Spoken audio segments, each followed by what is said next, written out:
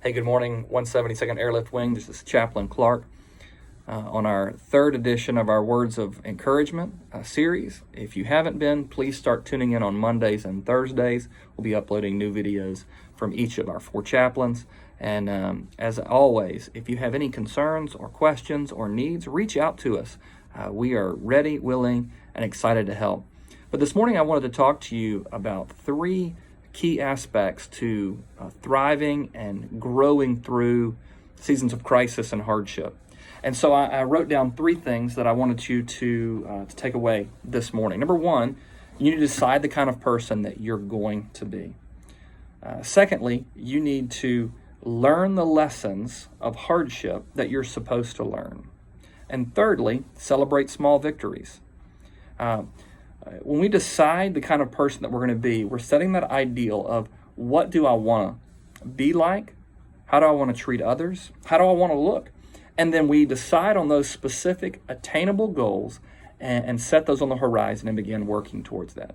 That's true for our relationships. It's true for our professional life. It's true for our personal life. In terms of our relationship, I wish that all marriage relationships were like Disney World relationships where everything just always works out and it's happily ever after. But that's just not the case. We have to cultivate those things. And those of you who've been on lockdown with your spouse can probably testify to, hey, there's some soft spots that could be worked on. I would encourage you, if there's something that you want to work on during this time, hey, phone us in. We can find some way to video chat or over the phone and work through those issues. But set those relationship goals of how you want to treat your spouse and how you want to treat others in your life, your parents, your siblings, your friends. How do I want to treat those people? And then start that plan. Decide the kind of person that you're going to be. In terms of your professional life, go ahead and set some educational goals. Set some promotion or career goals. And even you go about setting financial goals. My wife and I have done this a lot more recently, is discussing when the backside of this coronavirus ends, what can we do to make ourselves financially free from a lot of the things that are going on in the world right now. Secondly, along with professional goals, thirdly, set up personal goals. What do you want to be the person? What do you want to be eating? What do you want to look like? What skills do you want to master? And start doing those things. Set those things out there.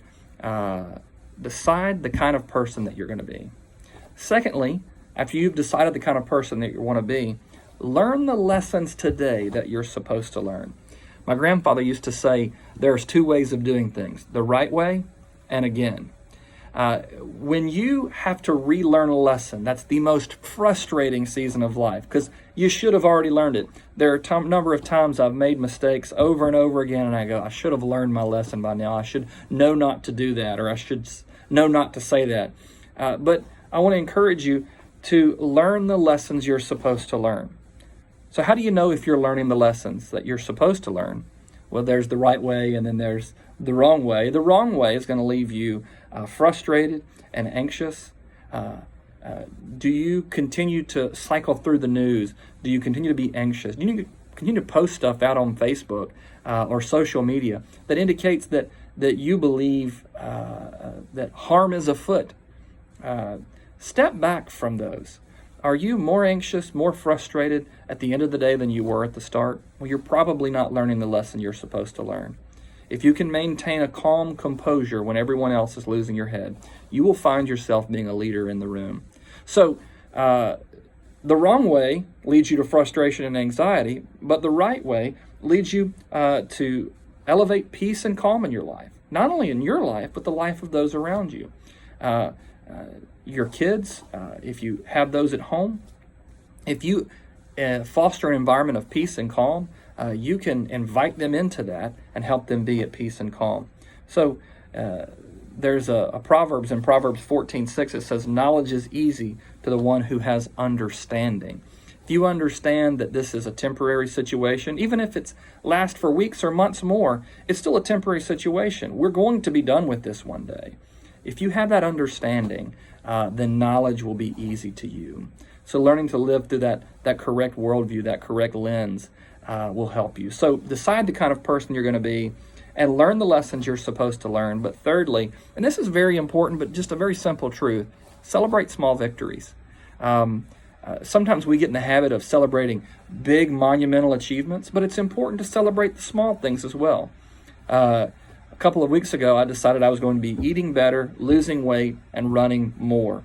And I decided that if I could knock off 3 minutes off my 1.5 mile run, and I could lose 10 pounds, I'd buy myself some new running socks. I told that to a preacher friend of mine, and he laughed. Well, now I'm 15 pounds down. I'm 3 minutes faster in my 1.5 miles, and I have some great new running socks. He's still overweight and running slow. So I used my opportunity, I hit my goals, and I celebrated in a very small way. Celebrate small victories. And I have learned that if you learn to celebrate the small things in life, when you make those big achievements and you make those big successes, they're so much richer and they're so much easier to celebrate. And if you can celebrate small things and you learn to enjoy and celebrate the big things even more, you will become the person that you decided to be in step one. You will decide to be the kind of person that you want to be.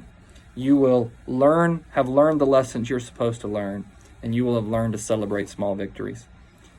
Hey, 172nd Airmen, stay safe, and your chaplains are hard at work behind the scenes, waiting and wanting for you to reach out, and we're here to help. Have a great day. Bye.